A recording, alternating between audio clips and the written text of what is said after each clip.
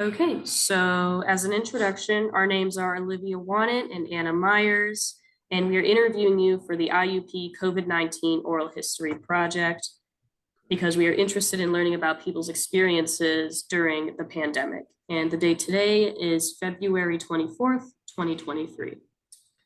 So to start, could you please just introduce yourself by spelling and when you do, could you please spell out your name for the transcription purposes? Um, and could you also just say like your name, your age, where you were living, and what your life was like when the pandemic hit? Sure. So my name is Bill Balint, Balint. I'm the Chief Information Officer at IUP, and I was at the time of the pandemic. I just turned 58 years old last week, although some days I feel 158, but that's okay. um, maybe I could just talk a little bit about the pandemic and see where that leads us. I guess the first thing to say is that I really believe for most of the people that were working in IUP's information technology area, that the pandemic was the defining event of their career. Now, some of us that have been around for a while spent about 3 years in the late 1990s preparing for something that was called Y2K, that was supposed to break a lot of computer systems. And then September 11th, 2001 also had tremendous indirect impacts on information technology. And that's still, a lot of that's still there today, but I don't think there's anything really that measures up to this. So I think that's a pretty fair statement that it was a defining moment for us. I think one of the big things that's already being lost to history when I hear people talk about this is the suddenness that this came on. Um, you know, Thinking back on it, the spring 2020 semester, early in that semester, we would hear a little bit about this issue and some, little bit of rising concern about it. Late January, even into mid-February type time frame. But really, the first time that it hit home that this wasn't going to be a passing thing is kind of funny. The last week in February of 2020, I was asked to pull out the 2009 pandemic response plan that the university had put together and read it over, and then in early March be prepared to talk about it, what had changed from 11 years earlier and how applicable it might be till now and what things might need to be changed in case we needed to use it. But then, there was kind of a week there where it was kind of a little bit of a respite. I can recall being at a chief information officer meeting in Pittsburgh, and I think it was like March 3rd. And so this would be about 9 days before the shutdown. And it wasn't really talked about that much, actually, because I work at a university and we have the international students and so forth and so many people. I'm the one that had to bring the issue up. And so, even in early March, it really wasn't a lot of difference. And in thinking about it, that following Saturday, which I believe was March 7th, I attended an athletic event in Pittsburgh. And you heard a little bit about it in the crowd, but it wasn't the focus. People were still together with each other. There weren't, people weren't wearing masks or anything like that. And from that day, 5 days later, the United States kind of shut down to an extent. I mean, I use that day as a sports fan because that's when spring training was stopped that day. The NCAA basketball tournament was stopped. IUP was supposed to host the Division II regional basketball tournament. That was canceled. So all that happened in a 5-day period. And then sort of the final thing, I guess, for the startup of it, that following Monday, which would be the 16th, which would have been the first day after spring break that students came back to IUP. I was in a meeting and somebody said, you realize it might be a very long time until we're all in the same room together. And that's when it really hit. It was so new and scary at that point, and a lot of that has been forgotten about now. um, I guess on a personal note, my wife Amy and I were scheduled to go see family in Colorado in late March, and we decided to stay with that trip and fly. Always remember that when we got on the plane, there were 11 passengers. There were 6 passengers, including the 2 of us, and then 5 people who worked for airlines that were just hopping a flight to get wherever they needed to go in the pandemic. And it was a Saturday night. We landed at a huge Denver airport, and you have to go down to a lower level to get on the people mover to move wherever you needed to go. And I can remember very clearly, it's a massive space standing there. 2 of us were standing there, and there was not another human being. It was it. It was just us. And I think that's really one of those memories that kind of sticks with you, is the how sharp and how dramatic that was compared to what it had been just quickly. I guess maybe getting back to IUP, people forget it was spring break. Some people forget it was spring break when this hit. It's kind of been lost. And the funny thing about it is, when I mentioned the sporting event that I went to on March 7th, on the evening of March 6th, whenever students were leaving for spring break, so that was that Friday evening, it was reported that IUP had not had a single COVID case, and that, students say you want to be careful if you're traveling over spring break, but there was no clue that, well, you might not be coming back. But in fact, people didn't come back. In going through that spring break week, getting back to this theme about how sudden it came on, even up until 1 or 2 days before things were shut down, which I think March 12th is generally considered the shutdown date, like on the 10th or 11th in there, IUP was still planning on coming back face to face on the following Monday, March 16th. It wasn't until, like, I think the 12th that the idea started to become, well, we'll come back on the 23rd. We will have a week and then we'll come back. And I think it was like the following Monday, which was the 16th of March, where things were canceled face to face for the rest of the semester. And when you're an IT person and you get that announcement, we're not going to have any face to face classes for the rest of the semester, your heart sinks. Because, I think we had over 2,000 course sections being taught in the spring 2020 semester. And the vast majority of those classes were taught by faculty who had never taught a fully online course before.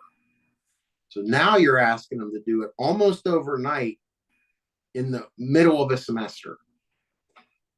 And that raised all kinds of challenges, just things that you wouldn't think about. Academic integrity is an example. People were worried, how can I give tests? How can we make sure that this is the person really that's taking the test? And how do we know that people are going to get the material that they need to be able to take these tests so that they're prepared for the next class that is going to build on this class for the next semester? What are we going to do about creative arts studios and hard science labs? And how are we going to get students the services that they need? All those popped up immediately. And then for about 3 weeks, things kept changing. The directives kept changing. So, like, for an example, somewhere in there, staff were told they had to go remote. Well, you consider the staff, not all like skill sets, activities, equipment, connectivity, they just don't all translate equally. When you're in a residence-based situation to a remote university, for students, as time went on, we have a big rural population in the state. Well, a lot of times internet connectivity was a huge issue. Some families had they might have 4 kids in the house, and mom and dad, they're all working and they're all doing it at the same time, and they don't have enough bandwidth so that everybody can be able to do what they need to do. People's home computing equipment, some didn't have any. Some had stuff that was really old. People had things that were incompatible. It was very difficult. So I try to say, in the end that the human side, right? Stress, fatigue, the lack of collaboration that happened on campus, communication, that ended up being a larger challenge than the technology in the end. And that's probably one of the ironies, I think, of this transition. You know, there are just so many challenges. It'd take hours to review all of them. But in the end, I'll say this. IUP was able to successfully deliver over 3,300 synchronous, like this, face-to-face talking sessions, most of them being classes, in the first week after COVID. And our IT help desk took over 1,800 calls in that same period. And I guess I'll wrap by saying, you know, one of the big highlights of my career was the fact that I could be part of a team that the Pittsburgh Technology Council recognized for having the best COVID pivot in the entire Pittsburgh region, regardless of industry. You know, it's just an amazing team effort by a bunch of really talented and dedicated professionals. So, I mean, just in general, those are kind of that's my perspective of that COVID experience. Are there any artifacts about your experience during COVID that you would like to share or talk about? Like any masks or documents or anything? Yeah, there's a couple things. Maybe for a museum display, it wouldn't be like for permanent, but we have the Pittsburgh Technology Council Award for having the best COVID pivot in the Pittsburgh region. I have that I, you know, definitely could do. I also was able to present at a couple of conferences about what happened here and how we were able to transition. The name of the presentation is called Big Crisis, Little Crisis. And it kind of goes over some of this material. So an electronic artifact would be PowerPoint from a presentation. Also, you know, some news articles and some things like that. Some email messages that kind of, you know, freeze time. A couple of things like that, I guess. I don't know that I have anything that would be unique in terms of clothing or anything of that nature. So could you describe specifically how the pandemic impacted your work and related to what your average workday looked like before the pandemic? Yeah. Well, it changed. I want to say it changed everything, but it was close. It's close to everything. And I can just point to one example. In a face-to-face world on our campus, it's pretty difficult to have more than a couple meetings a day because you're just physically moving from place to place. And a lot of the artifacts and stuff that you may need for this other meeting, you may need to go get. So just as a practical matter, you were pretty much booked with a couple of meetings a day. I'm in a situation now, 3 years later, where I have days where I have 9 Zoom meetings in the same day. That's an extreme case, but it's nothing to have 5 in a day, which would have been almost impossible for. And there's a lot of reasons. Like in one way, it's an increased efficiency from the there's no transition time. And because you're in Zoom, all of your electronic assets, documents you need, spreadsheets, whatever they would be, they're at your fingertips. Hey, I need to look at an email message. Hey, I need to text somebody. You can multitask even within that Zoom meeting. So you can be more efficient in that respect. But where it gets to be a problem is that because you have an office, you know, 15 feet away most of the time, it puts you in a scenario where it's hard to get away at the end of the day. Before, when you were in a pure face-to-face modality, when you went out, you got in your car in the parking lot, you started to drive home, you could kind of mentally make the break. It gave you that time to transition. When you're in more of a remote concept, which a lot of IT is in today's world, very difficult to do that. And it's easy. If you have a single thing that you need to get done tomorrow morning, there's that voice that says, well, I'll just do it now. and you'll go in at 8 o'clock at night and start working. And that happens to me a lot. So I think that's the big thing, is the work cycle. The second thing is disconnecting. Before COVID, if you physically went away from the IUP campus, you kind of had to be out, because the meetings were all face to face for the most part. There was very little conference calling. There was a little bit, but very little in our culture at the university. And so you could get away, and it's pretty tough to do that. When I'm having a day that I might be like taking a vacation day, if there's an important call that's going to happen at 2 p.m, I'm still taking that 1 hour between 2 and 3 to take that one call.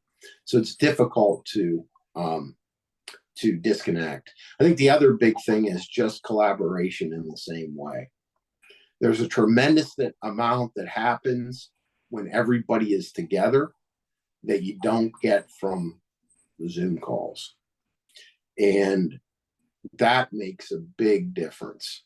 What we used to call like the water cooler talk, or the talk in the hallway. There's a lot of things that happen when you interact with human beings. And it's not just in a setting where you hop on a call for an hour, then you hop off. And that is a very contained piece of information you're going to go over. And to even have an informal conversation, you have to make a point of it more in this post-pandemic era than what you did before, because you just see people in the Oak Grove at IUP, and you could figure out, you could solve a problem. Hey, I was wanting to talk to you. Talk for 10 minutes, and then it's solved. Now you almost have to schedule a call to talk, and there's a formality. You have to go out of your way to schedule it. It definitely has created a difference there as well.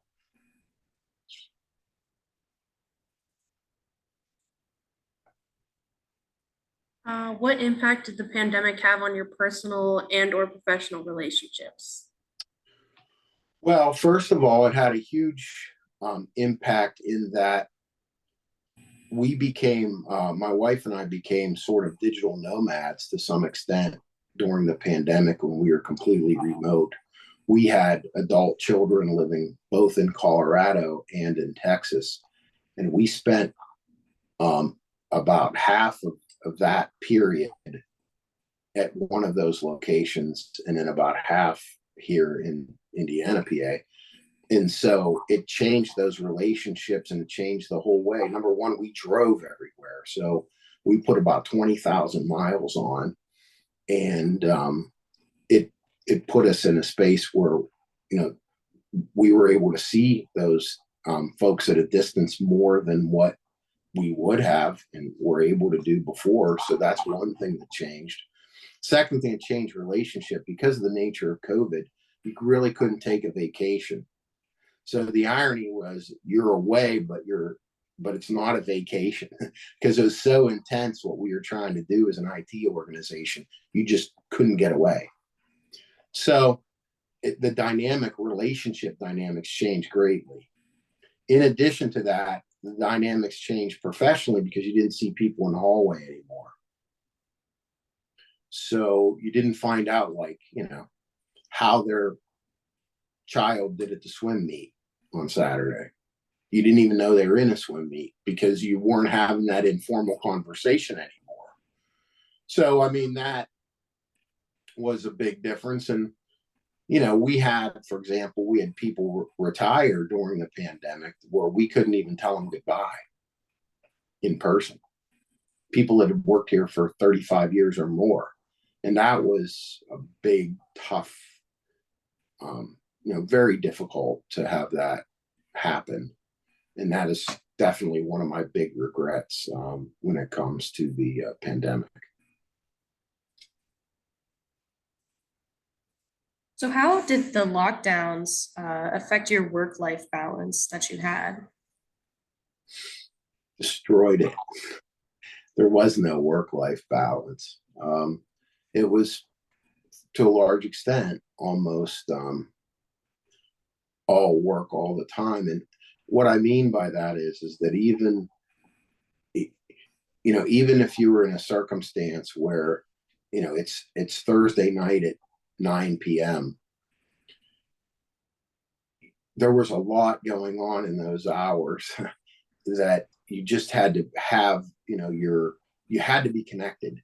So if anybody needed you, you could be there to respond to some change in directive or some challenge that you would not have had in a face-to-face paradigm that you now have because everyone's remote.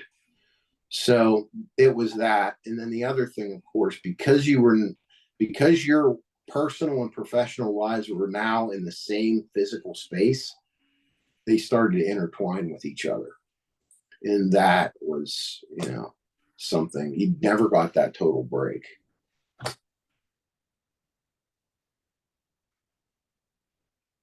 In what ways do you think your experience relating to the pandemic has been similar or different compared to other people's experiences? Well, I think one of the things that was different was the fact that we were able to, like I mentioned, it's not uncommon that there were people that became kind of called digital nomads that went to a lot of different places physically because they were working remotely, but most people didn't.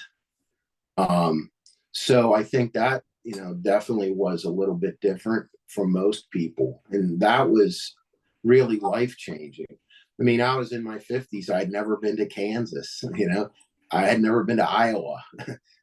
I drove, I would never been to Wyoming, all these kind of things and places that I got a chance to see.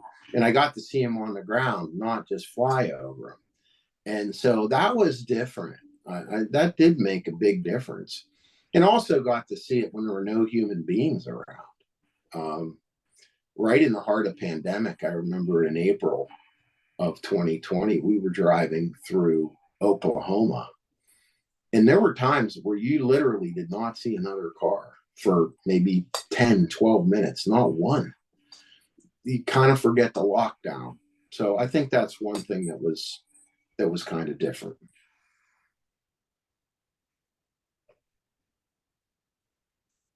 So what changes from the pandemic relating to your work have you most enjoyed and most disliked? Yeah, I think as far as like what I enjoy, the nature of my job had required me, in order to interact with colleagues, to physically drive or fly and take a lot of work time away in order to do that. So, like example, IUP is a member of Pennsylvania State System of Higher Education. We typically, in order to meet with other colleagues, we have to go to Harrisburg. Well, that's 185-mile drive each way. You have all that, kind of lost time in a way. It's nice to see everybody, and it was great. You could see people and talk to them over dinner or whatever, but it was a big time commitment. Now, I get on a call. I'm with those colleagues for 90 minutes. We get business done and go on to something else. And I didn't have to have any of that driving time. So I think that's definitely something that has been a big plus. The biggest negative by far is it's difficult to have separation from your personal and professional life, because work, especially for IT people, 3 years after the pandemic, has become pretty highly remote, depending on what job you have for a number of people. And it sounds great, well, I can just work from home. Yeah, but that means you're not separating work from non-work very well, at least in my case. So that's the part I dislike the most. And also not seeing colleagues as much. That definitely is a disappointment.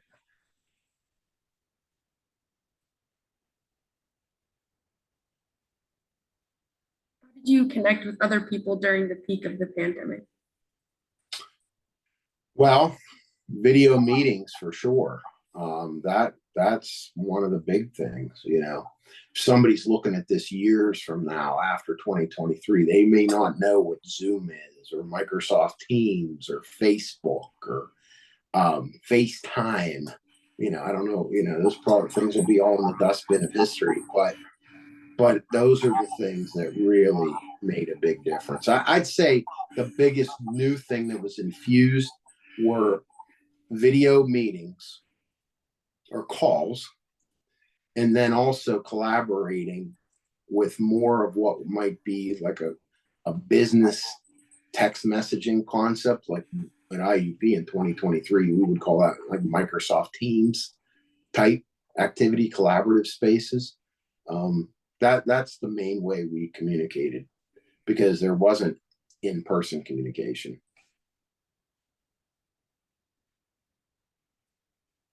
Do you feel like your relationships with your colleagues and friends are weaker, the same, or stronger than before the pandemic?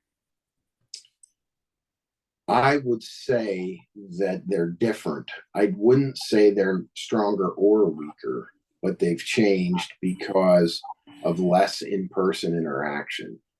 And that has led to the fact that when you communicate, it tends to be a more focused communication. I am going out of my way to contact this person because I'm not going to bump into them. So therefore, I want to tell them this thing. And so it's not as informal. It's not as maybe as broad, at least in my experience. It's been more focused relationship. So my coworkers, it's about work, where it was about work before, but we also might, hey, let's go to lunch together and talk about life or family or what have you. Well, not as much of that now. So that definitely a change. So how do you think the pandemic affected IUP and its relationship with the Indiana community? Oh, I, I think it was a huge change between the Indiana community and the university. First of all, all of the interaction, all of the value that the university provides to the town was gone from the student body because they weren't here. And even beyond that, more lingering type of thing, there's more that's being done in a remote manner. So the amount of time a student might be physically here on the campus, I suspect is less. So you have that. And then again, we're conducting this interview 3 years after the pandemic, at least to this point.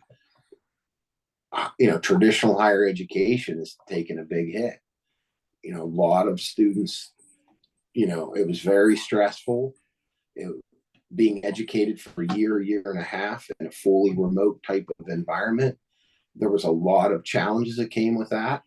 And I think a lot of young people maybe or either have taken a break or they decided they want to do something else, or they're maybe not thinking about traditional education in the same way that they were before. And I think the pandemic has something to do with that.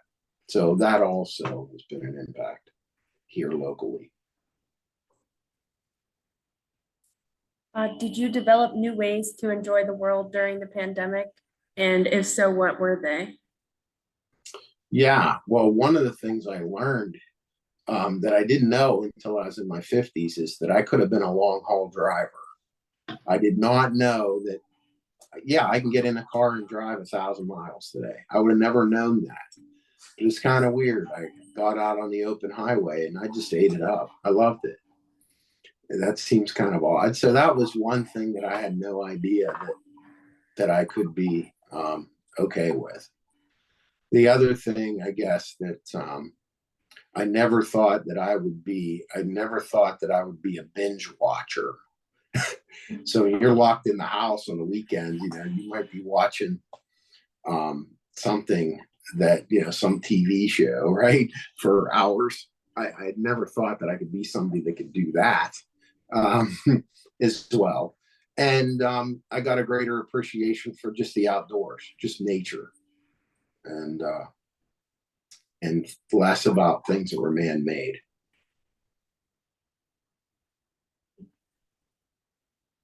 Have you maintained those interests now that we're in this kind of post-pandemic era? Yeah, for sure. Actually, I plan to do I'm hoping to kind of do a long haul trip, like eat like once a year, and long haul trip, maybe total 3,000 miles, something like that, so, round trip, the whole thing. I kind of like to do that. Um, yeah, as far as the outdoors goes, I will definitely not lose that going forward. It's something that I really enjoy. But one of the things I think that'll change back is I started to go to more like in-person events. So, you know, that, you're if you're doing that, you're not doing something that you were doing before, right? So I think it's kind of a mix of bringing back some of the old and melding it with a few things that are new. Is there anything else that you would like to share that we didn't ask you about the pandemic? Well, I think one of the things, and maybe other people have different feelings about this, but something struck me last week, which is I was at an event and I looked around and I noticed that the crowd acted almost identical to what it acted before the pandemic. People were just as tightly confined. Nobody was in a mask. It was like COVID never happened. It's like I got this feel like people are acting like this never happened. And I felt that that was pretty interesting because I had seen a documentary where at the end of the 1918 pandemic, something very similar happened. That all of a sudden, other things took people's interest and it kind of like faded away very quickly and came on quickly and left quickly. And I thought it was ironic that in the end, that's almost what happened this time. It kind of came on pretty quick. And to an extent, it ended pretty quickly when it came to the way people act. All right. How do you think you'd relay the experience of the pandemic to future Can you take a generations? break second? Can we take a Oh, break? yeah, I'm sorry. it's okay. All right. Let's try again. So how do you think you would relay the pandemic to people in the future? Well, I guess the first thing that I would say is that pandemics happen. There's a history of them. And just because you don't know when it's coming, it is really worthwhile to plan as to how you would handle a situation like that. That's the first message that I would send to somebody at another time. After the 1918 pandemic, and it kind of went away in 1920.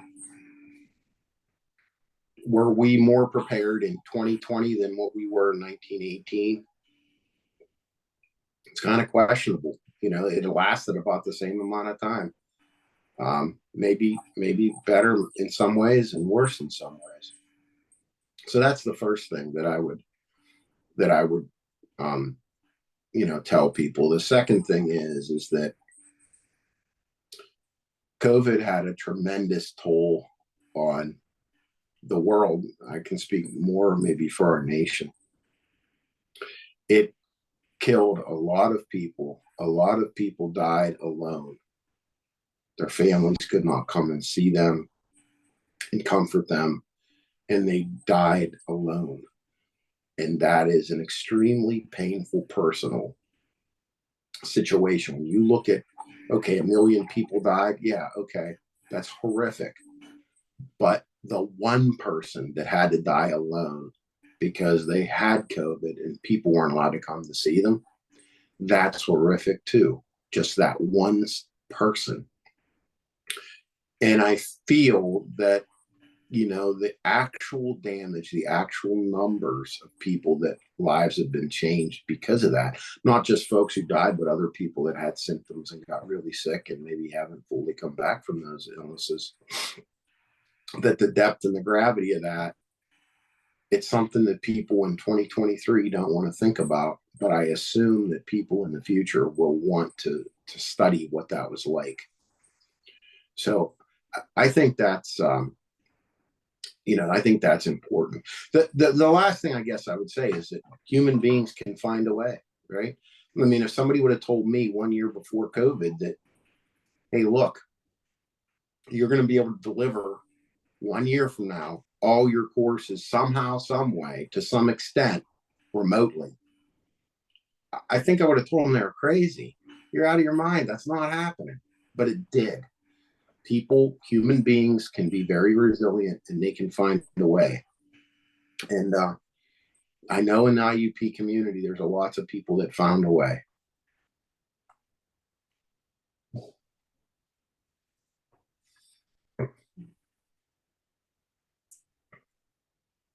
So before we move on, could you describe how your interactions with people at IUP changed because of the pandemic and just generally in the Indiana area?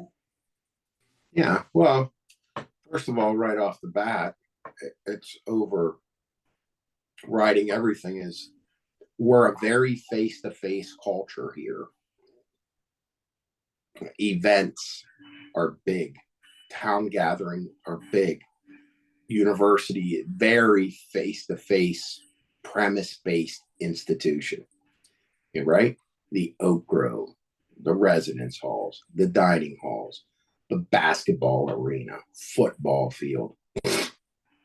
COVID took that away for a while. And so those interactions, those informal interactions, changed because they weren't there.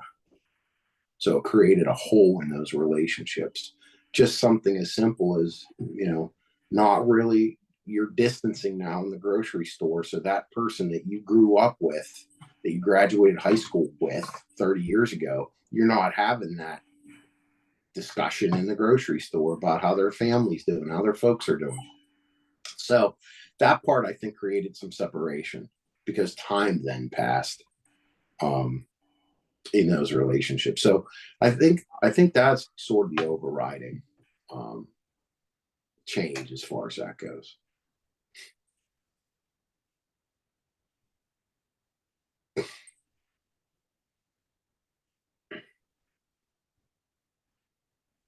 Are there any experiences or mindsets that would help us navigate a future crisis, do you think? Yeah, well, I think the title I was telling you, I've been fortunate enough to be able to present on this topic in some professional settings. And I titled my discussion Big Crisis, Little Crisis.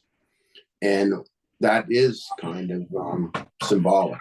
First thing is not everything's a crisis. You cannot treat everything as a crisis or a priority, or nothing will be a priority. There's only so many things that you're going to be able to get through. So that's one thing, is to save crisis action for things that are truly a crisis when it comes to a pandemic. So that's certainly one thing. Second thing is human beings are going to be placed under stress, in some cases professional stress that they've never been under. For most people, they can only keep that up so long. So you need to manage that. The amount of time you try to put a human being under that inordinate amount of stress. I think that's a second sort of finding. The third thing is pandemic is a marathon. It is not a sprint. There are going to be things broken for a while. There were people who felt that, for example, as I mentioned, the university, there was a time, we didn't, the not coming back face to face on March 6th, that wasn't even really a consideration. But by March 16th, they're never coming back together again for that semester.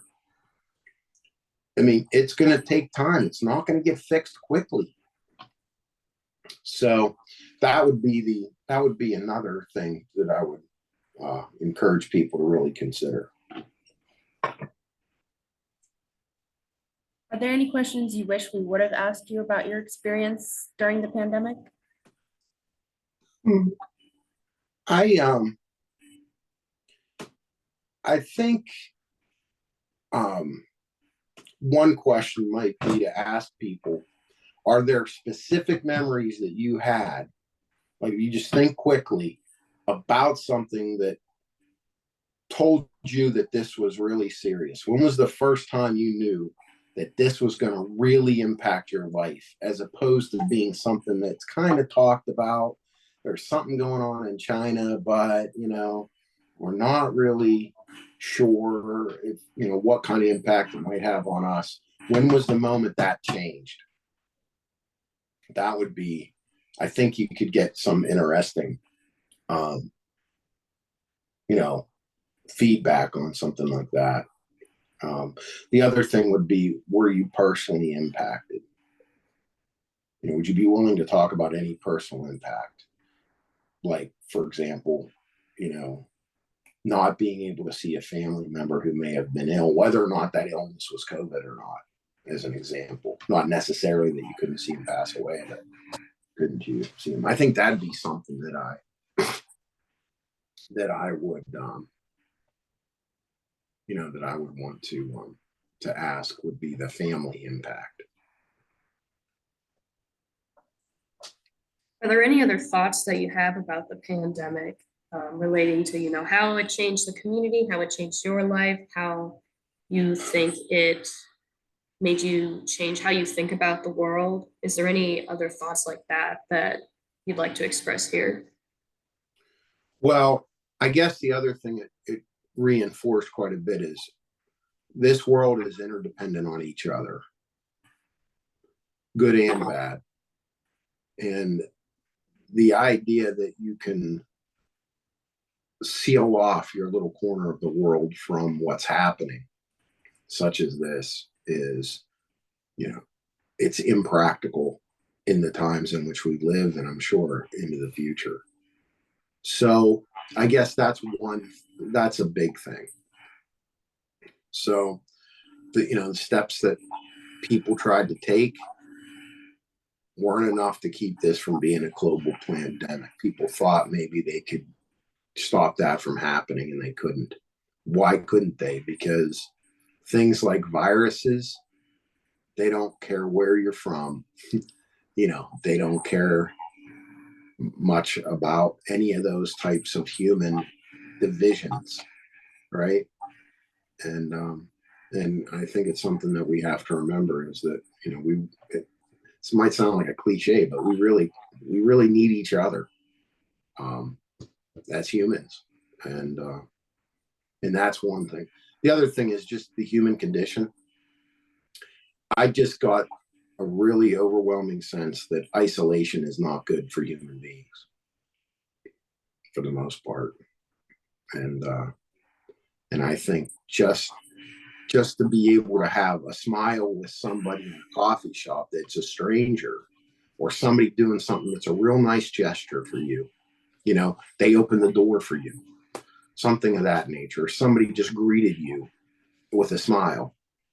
I think we get something from that as a species, and I think losing that during the lockdown was not trivial.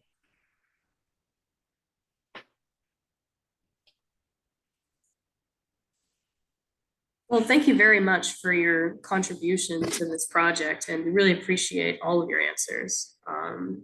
I had no idea what you were looking for. I don't know if that was like even close, or if you're like, oh my gosh, this guy, like, I don't know. I hope that gave you something even close to what you were hoping. Um, so, okay. All right. I'll get those forms sent. Um, I think it's great you folks are doing this, and I hope you're able to appreciate it. And it's something kind of special in a sense, something that you'll be able to look back on. That's not just the normal, you know, years from today say, guess what I got to do? I got to work on this sort of time capsule almost. And, you know, it's nice for someone like me to spend a lifetime at IUP, to be able to have somebody remember something so that it doesn't get forgotten. Because especially in today's times, it's so easy to, we're so disposable. We're on to the next thing. That was yesterday, right? Yeah. Yeah. Okay. All right. Well, I'll get those forms. I'll take care of it and get them rolling now. Okay. All right.